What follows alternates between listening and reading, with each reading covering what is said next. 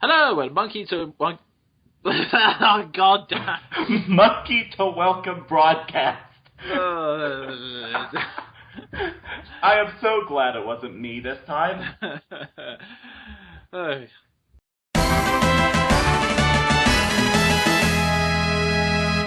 Hello, and welcome to Monkey Broadcast, a review discussing the show with me, the Jonin Monkey. And me, Sven the Crusader. And no, we are not actually running Monkey to welcome broadcast.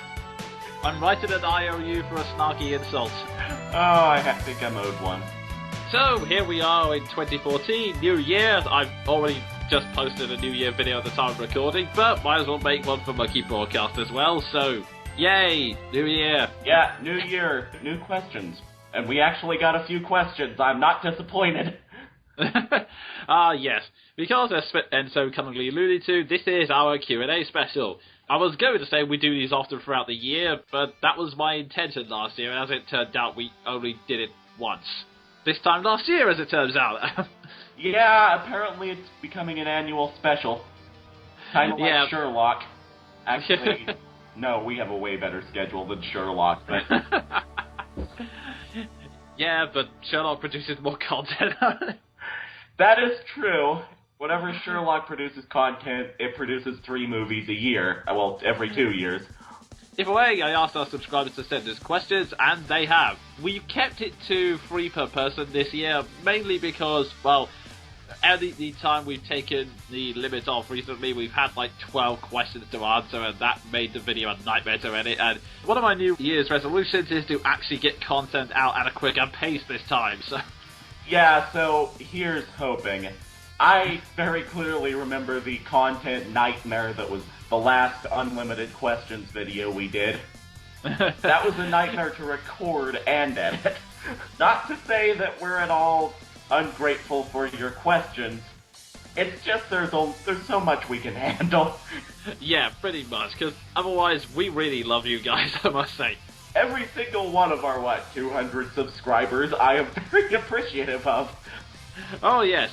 So, the time for talking is over, let's get this party started, etc, etc, etc, motivating cliches. Q&A open. Okay, I'm going to pick them from random order, scrolling up and down the page here, and... Okay, the lucky winner of the first question is Mega Shadowrunner. I completely did not guess that one. Feel free to place bets on who we read out next. Unfortunately, you will not get anything for it. Yeah, have e-brownies, I don't know. Oh dear, and if you lose, we take your soul. Holy crap! I'll admit that actually kind of took me by surprise and mildly terrified me. We are off to a brilliant start for 2014. We are beginning as we mean to go on. Yeah. Making no sense. Kind of like the 12th Doctor. Indeed. Mega Shadowrunner has 2 questions. First one. Are there any particular games you would like to see Nintendo give the HD treatment a la Wind Waker HD? You want to take this first, because I already have an answer to this question. Okay, well... The fanboy in me really wants to say Donkey Kong Country, but... Naturally. Yeah, it's kind of weird because Nintendo has so many franchises, it's just... I don't know, it's a question of if you're gonna make an HD re-release, there are plenty of games I would like to see be remade with extra features added, but I'm just trying to think of what could really do with the HD facelift. I mean, the one thing that's always kind of got to me about Wind Waker HD is the fact that, okay, I'm happy they made minor improvements to the game, but that's the one thing that did not need an HD remake, because the whole point of that graphical style was that it didn't have to worry about aging or realism.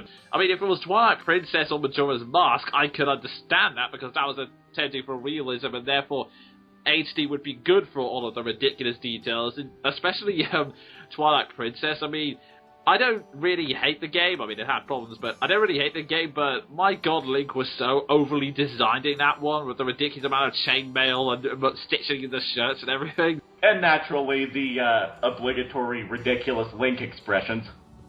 Yeah, that's true. So, I guess that would be a good one for HD. Part of me is tempted to say Fire Emblem because, well, big battle scenes, counter expressions, that would be really, really good for HD, but...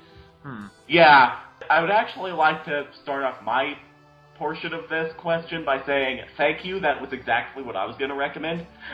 Specifically, I would like to see an HD remake of Fire Emblem 6 with English translation. That would be a move for the Fire Emblem fan base that I could get behind, because there would be a reason to remake the game. That being that the North American Fire Emblem audience has to play it illegally at the moment. Yeah. And for those of you wondering what the big fuss is with Fire Emblem 6, that's the game Roy's in. Yeah. It's kind of the prelude to, well, actually, Fire Emblem 7 was meant to be the prelude to 6, but in North America and Europe, we kind of got half the story booted out. So, actually, realistically speaking, there would be a reason to remake the game. A, that game is particularly dated all the way back to the Game Boy Advance's release. And B, we never got it otherwise. It's also dated in another sense, because there are a lot of mechanics in there that weren't passed out to the later Fire Emblem games, especially the Game Boy Advance line. Like, it had the problem some people had with Awakening, which was reinforcements popping out of nowhere, and also the fact that Sword Masters and Berserkers gained a 50% critical bonus of all their stuff, which was hideously broken. Yeah, and aside from that, the game was hideously difficult. Take that from someone who's played the game on the emulators. Holy good God! If you think Fire Emblem Awakening's bad, this game was torture. Like second only to Fire Emblem 5 torture. Go back at our backlog of videos and you'll see me rant about that in Monkey Broadcast. I don't think it was a rant, more of a cry. Yeah, it was more like me breaking down sobbing. Oh, geez. But yeah, the thing is, now that you say that, I'm having trouble thinking of any other game. I mean, if you want broad appeal, I suppose something like Pokemon or Zelda, preferably Majora's Mask, would be good for an AC re-release, but yeah, I think Fire Emblem 6 would probably be a really good choice. I mean, if they decided, no, they want to keep it Japan exclusive for whatever reason, then I would say maybe like a double pack of what they're currently doing with Tales of Symphonia, which is take Path of Radiance and Radiant Dawn and put them in one like HD collection. That's not a half bad idea. Although I'm horribly disappointed if that was Japan exclusive. Oh god, yes. Because that is something that I would buy a Wii U for. Yeah, this is all on the presumption that they'd released it in North America. More than likely, they would just release it in Japan and go, whoa, ha ha ha ha ha. Actually, either that or they just pull a straight-up Fire Emblem 10 with it, release it in Japan, not give us a release date in North America for months on end, and then wait a year to release it in Europe. I still haven't quite forgiven Intelligent Systems for the disaster that was Fire Emblem 10's release date, but that's another whinge for another time. That's really all I can think of is Fire Emblem 6. I mean, I practically know for fact they're eventually going to re-release the third generation of Pokemon because that's what they've been doing. Like, every 2 generations they re-release an old Pokemon generation. That's true. But overall, I think I'll have to go with Sven on this. It would definitely have to be a Fire Emblem game I would like to see. Either that or one of the more realistic Zeldas, because any other game, it has such a cartoony style, it's almost not worth it. I mean, maybe Earthbound, just to see what it would look like in 3D. Maybe. Yeah. But aside from that, just go for one of the old Fire Emblems, so long as, for God's sake, you do not do what you did with Shadow Dragon. Yeah, because those old Fire Emblem game mechanics, they didn't age well. No. It was the equivalent of a grandfather with Botox. That is a creative way to put it. That's the answer to that. And his second question, this should be an interesting one. What's one of the most difficult / frustrating bosses you've ever faced in a game? Well, I could think of contenders. Some partially because of actual difficulty, and some partially because I was 13 years old and had no idea how the game worked. So I'm going to let Jonin go first on this again. Okay, let's see, tough bosses. back in the day, I remembered really disliking M. Bison. Whenever I had Street Fighter 2 on the SNES, I would always make it to the end of the game, and then Bison would just trounce me every single time. Yeah, that's not a pleasant memory. I mean, I'm slightly better now, not by much. Yeah, can't most of us say that? Slightly better now, not by much. Yeah. And of course, in terms of difficulty, I'd definitely say King K. Rool in Jungle Climber and Captain K. Rool in Donkey Kong Country 2, they were some really tough bosses. Oh, yeah. Actually, Captain K. Rool in Donkey Kong Country 2. I remember facing him for the first time, Game Boy Advance Remake, in 2004. I beat him in 2009. Yeah, same here. When I first had a rental copy, I tried to beat him, and I just kept dying, and it took me several years to finally face him. Yeah, at least that's something to make me feel better about taking 5 years to defeat him. Oh, jeez. In terms of bosses with frustrating difficulty, there are so many bosses I dislike from the Final Fantasy series, although admittedly, some of the ones I couldn't do from Final Fantasy V, it was namely because of, for those of you who haven't been paying attention to the blog, I was taking part in the 4 Jobs Fiesta run, which was basically limited to a few classes, and early in the game, a lot of the bosses were torture, particularly Garula. I'm looking at you, you bloody elephants! Oh, I paid attention to the 4 Jobs Fiesta. That looked like pain. Yeah. For those of you who don't know, I was stuck with an entire team of healers. Their only attack was essentially a little stick, and yeah, I was fighting a gigantic elephant bulldozer thing. Yeah, it looked just as much like the torture it sounds like. Oh, God. Yeah. I'd say a lot of Final Fantasy III's bosses I've blocked from my memory just because of how ridiculous they were. Actually, there is one Final Fantasy III boss I can name just because of how ridiculous the thing was. I forget his exact name, but there's this setup where there's an assassin trying to kill the Prince of a Kingdom. When you stop him during his assassination attempt, he then turns into this gigantic bird thing, which has a weakness to wind. Now, this would be perfectly fine, except the only way you can beat him is with the Dragoons. You may be thinking, well, what's wrong with this? Well, Final Fantasy III has a series of classes you can choose from, and it also has this window of opportunity where they're completely useless unless you grind for hours in order to get it so that the characters are used to their job.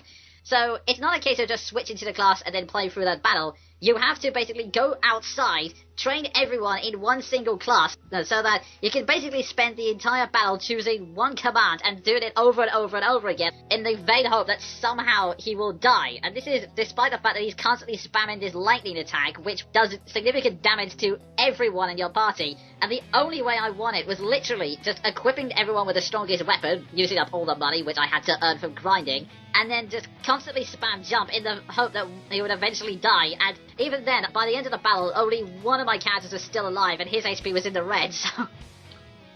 Okay, now that you go into depth about that story, I'm kind of glad that I sold Final Fantasy III to buy Ratchet and Clank.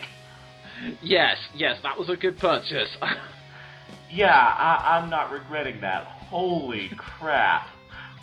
That is ridiculous. Yeah, so that's one of the reasons why I'm not so fond of Final Fantasy III. Also, as a special mention, I have also never defeated Sigma in Mega Man X1. I've tried so hard, I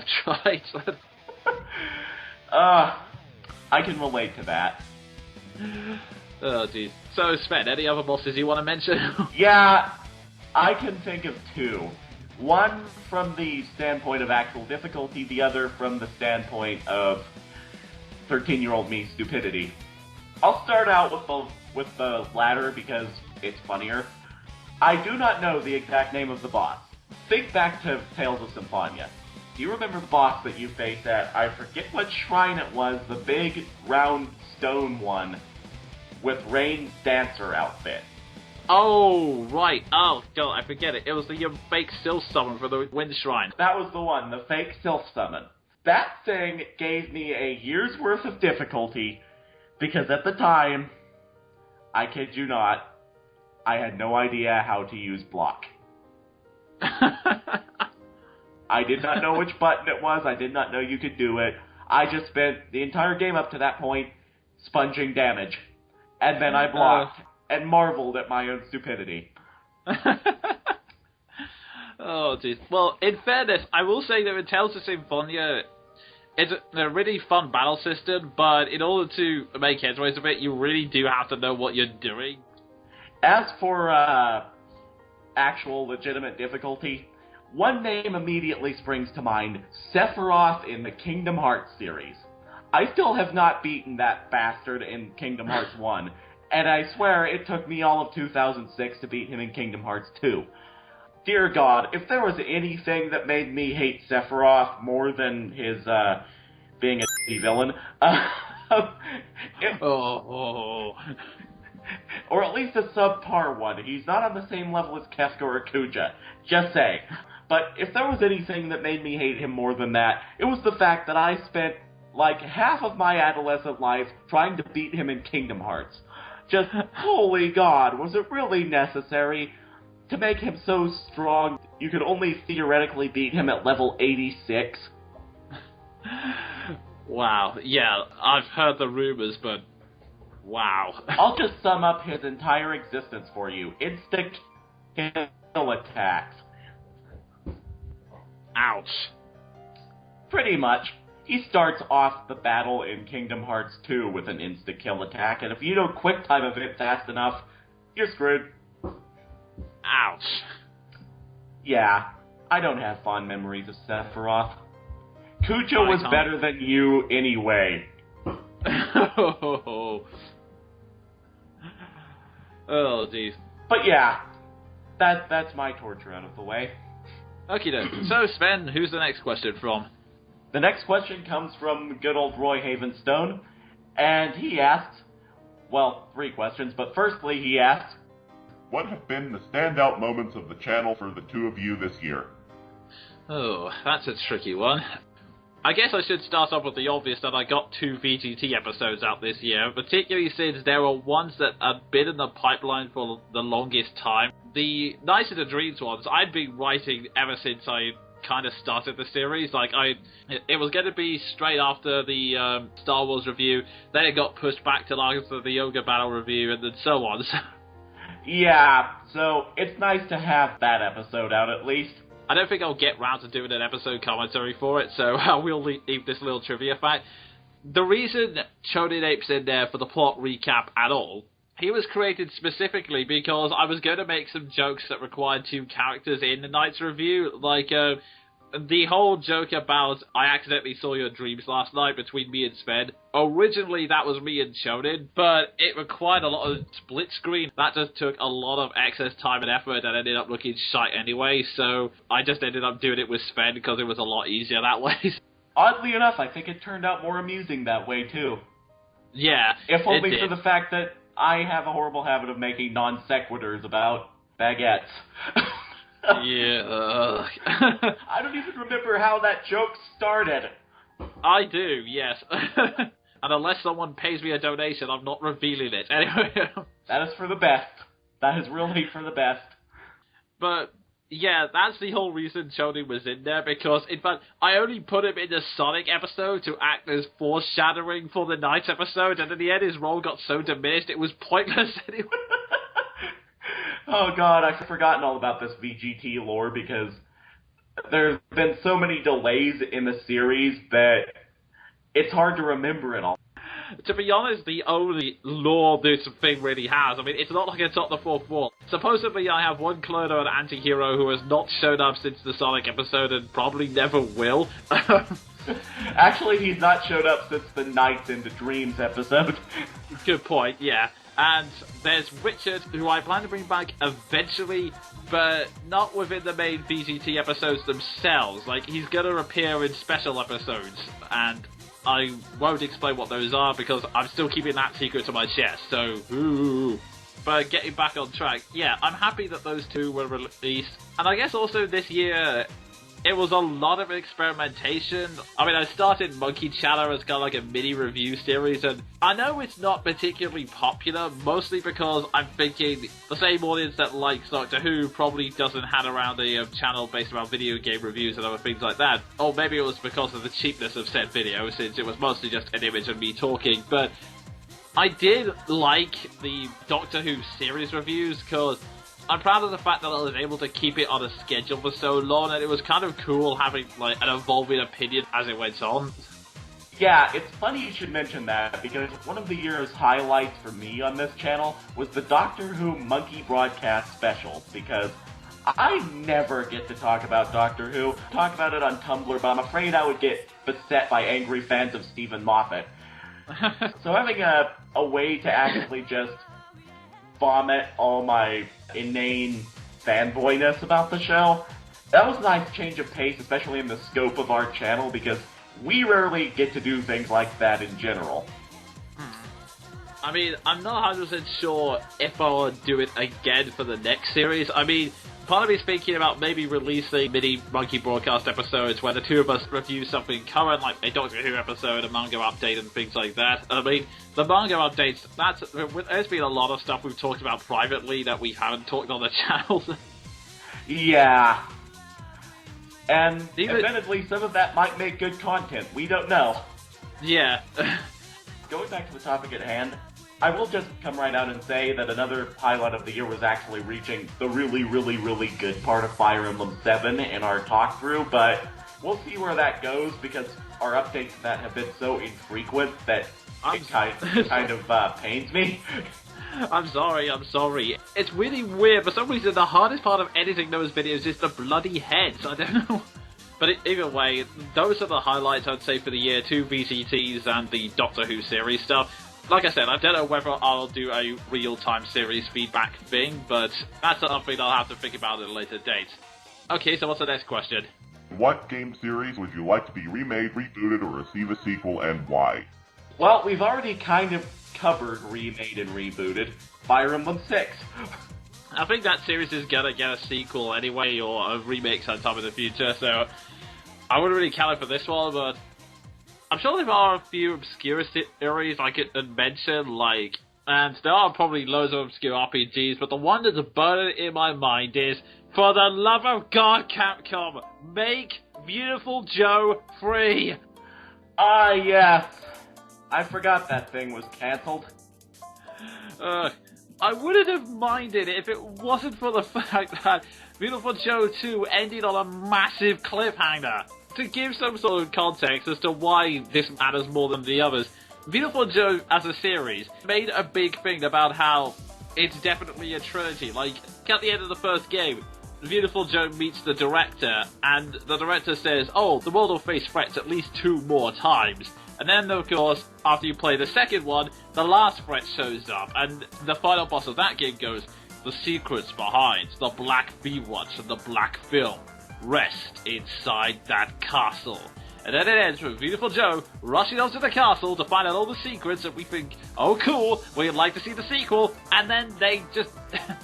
It's not like they saw a concept trailer or released any dates, they just flat out dumped it. It was... Yeah, I've never even played the series, but that's sad. I know that the series didn't make that much money, but come on, at least make it a download title or something. Yeah, they could at least make an effort to finish what they started. Oh, sob.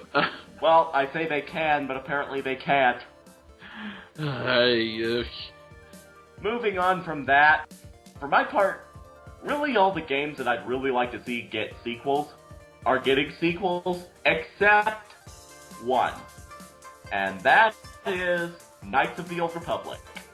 Yes, I know they released the Old Republic, the MMORPG, but that thing sucked.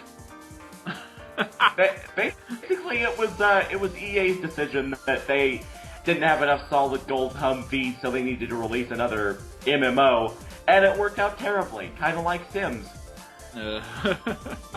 So instead of the planned third installment in the Knights of the Old Republic series, we got that piece of crap. And that really, really, really annoys me because it was a planned trilogy. And I love that series. and it was going to conclude Darth Revan's story, which was left on a massive cliffhanger. I'm starting to notice a pattern. Yeah, like, the end of the very first game, and the heavy foreshadowing in the second game, all point to Revan just disappearing into the far reaches of known colonized space, possibly encountering very spoilery enemies from later in the Star Wars series, and then the story just ends.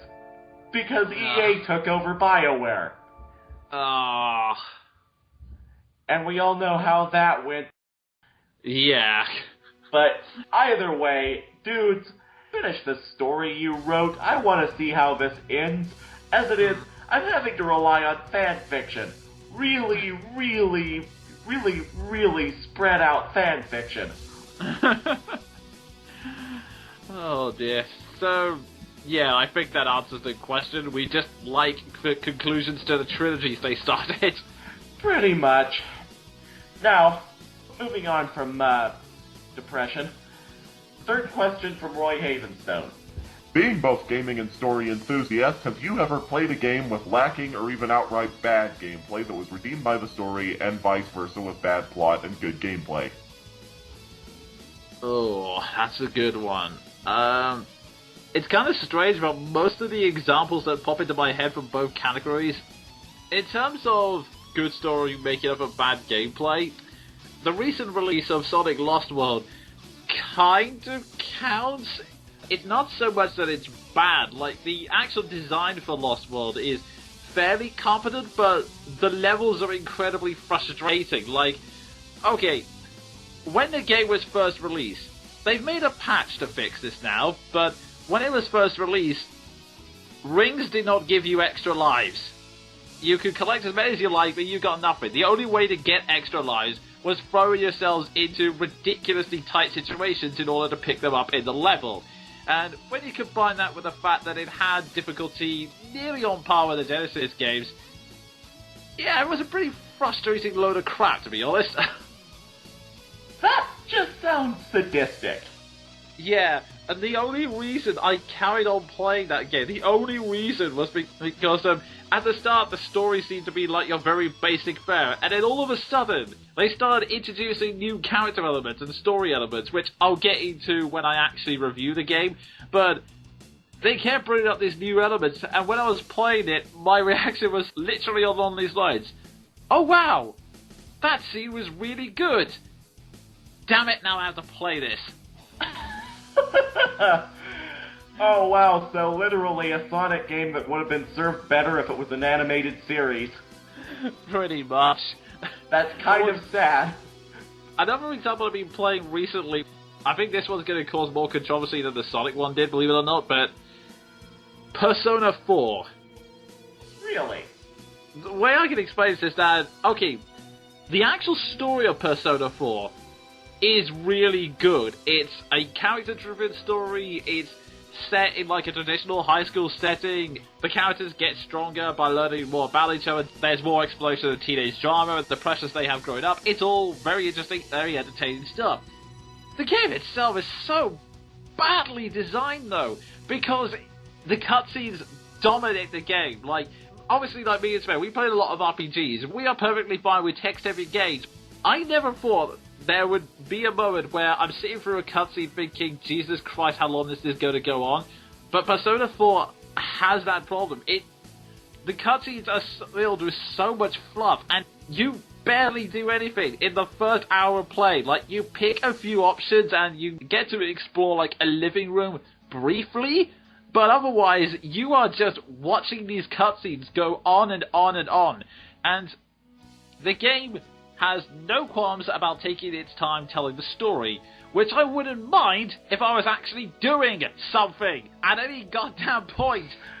Yeah, now that you actually get into what Persona 4 is like, I'm not really regretting my decision not to play it. Don't get me wrong, it's a really good story, so if you can tolerate it, fine, but I just couldn't do that. And to top it off, when you do actually get into the gameplay, it's so disconnected from the story. I don't know where to start. It's like long cutscenes and then you're just randomly thrown into a dungeon crawler scenario where you're just wandering around long corridors, beating up a monster, until you can find a staircase that gets onto the next floor, which will hopefully have the boss and the actual plot progression in it. It sounds like it would actually be a really decent game if you could tolerate all the filler in between. Pretty much, yeah. There is so much fluff. I mean, normally I try to keep into this structure of, like, just playing a game for an hour. Yeah, I know. An hour's not long enough for a gaming session, according to some weirdos like Yahtzee, but... But honestly, that's all I can really manage. Like, I can have to do it an hour at a time before breaking off to do something else like editing. But that's one other thing about this. The actual save points in the game, especially for the first hour, are so sparse. They're like, you may get one like an hour at most. So there have been often times when I've tried to stick to the hour, but I've gone so far overboard because I've just been left in the middle of a situation where I can't save. And because everything takes so damn long to happen in the game, I don't want to go back and have to redo it. You know, hearing you put it like that, if I'm going to enjoy this story, I'm going to enjoy it whenever someone else plays it. I don't want to make it sound like I'm discouraging the game, because like I said, it's a great story, and I would definitely recommend that people at least try it, but the story elements are so good, the characters are well developed, and most of the themes that explored I really liked and wanted to analyze, but god damn it! Yeah, when it becomes a chore to get to those great moments, it may not be worth it. To round the question off on my part, I really can't think of any remarkably bad playing games with good stories or vice versa. And wait, actually I can think of an example of bad story, good gameplay. The entire Call of Duty franchise. But aside from that, good story, unremarkable gameplay, one entry to me springs to mind, and I'm not sure if I'm going to get very many people agreeing with me. Fire Emblem 10. Because as far as gameplay goes, let's be honest, Fire Emblem 10 was as vanilla as it gets. It didn't even have support.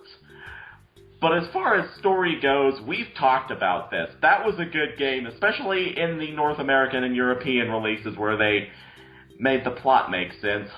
But... yeah, I'll explain that in the DGT review I do of it, but yeah. Yeah, but aside from that, and aside from the fact that, I swear to God, Micaiah was one of the worst Mary Sue protagonists ever. But aside from those gripes, the story was fantastic. But the gameplay was just so vanilla. Yeah, I mean, I'm trying to think of any new features they added. The only one I could think of was the ledge climbing, and even then there were so few levels that implemented it. It wasn't that amazing to me. Yeah, and whenever you got to a certain point in the game, it became irrelevant whenever it was there, because your units were so overpowered, the ledge differences didn't make any, well, difference. That's all that springs to mind as far as unremarkable gameplay goes, because generally, whenever I think of a really remarkably good games, they have both story and gameplay going for them. Yeah, I mean, in kind of the reverse bad story, good gameplay, well, part of me is tempted to cheat and just say stuff like Mario Kart and Smash Bros. Brawl, which don't really have stories. Yeah. Because occasionally I do like that stuff. The main example I can think of is Super Mario Galaxy 2. That had great gameplay, the controls were tight, and I really did love the glide gameplay they added. It was very simple, but it worked, and I really enjoyed it, and I kind of wish there was more gliding levels. Story was complete and utter Well, at least you don't mince words with it. Yeah, I mean, it's kind of odd that I quote him now after I've made fun of him, but Unseen made a comment in his Super Mario Galaxy 2 review that the game acts as if you've never played Galaxy 1 and it sincerely hopes you haven't. I think that's really true, because the premise that started off is the exact damn same. Oh, there's a Festival of the Stars that happens every 100 years. And oh look, Bowser's kidnapped the princess. And here are Lumas, which I'm acting like I've seen for the first time, despite the fact that I saw them in the first game. Oh god, and this was the game that got such great reviews. Yeah, I mean, okay, the original Mario Galaxy, I really liked the story elements. Some people didn't. It was kind of point of contention, and apparently Miyamoto wasn't too keen on it either. So what happened with the Mario Galaxy 2 is that the only thing I can think of is that some people claim that it was trying to reboot the Mario Galaxy franchise, which I don't get, because A, it was only a few years ago, and B, you really don't have to do that with stories that were good, but yeah, that is honestly bad. That's just bad. Yeah, believe it or not, it gets worse, because after a while it starts to diverge into something more interesting, because it then has this setup of Mario having his own ship, with a first mate being this slightly larger Luma, and that differentiates itself, but it carries on. There's absolutely no story for the longest time apart from we have to reach the center of the universe. Right at the very end, Rosalina shows up in a role considerably downgraded from Mario Galaxy. Everyone acts like they've never seen her before, and she comes on as like this big ghost and tries to say something mystical and deep, but all she does, I'm gonna basically spoil the ending here, but trust me, it's worth it. Basically, she comes up and then says, "We are all brought here for a special reason, and that reason is, we were all desperately trying to see another person." Well, no freaking crap! If you want to see another person, and you're making great big steps to see another person, sod's law, you're going to see that other person. It's not rocket science. Yeah, just... oh my god. That is a whole new level of bad. Oh jeez. To top things off, to justify why the Mario Galaxy gameplay is slightly different, Mario always travels with a Luma companion. Now, in the original, one of the most tear-jerking moments was that the power basically gave up its own life to save Mario in a situation which I won't spoil. In this game, the power-up decides that it's going to bugger off to stay with Rosalina, which, okay, fair enough, she's your mother and everything. But the last thing it does before it leaves is steal Mario's cap, and then just flies off. That asshole. Yeah, exactly. And in the first game, I'm thinking, oh no, we're sacrificing themselves. That's so adorable in a tragic way. In the second game, I'm thinking, bastard, give me that cap back, you. Or in the worst of Spaceballs, come back, you fat bearded bitch. Like I said, really amazing gameplay. Admittedly, I haven't played it since then, but I don't blame you. But yeah, story really not that good. So basically it just took the original story and shat on it. Pretty much, yeah. Oh, jeez. But yeah, that's my answer to that question.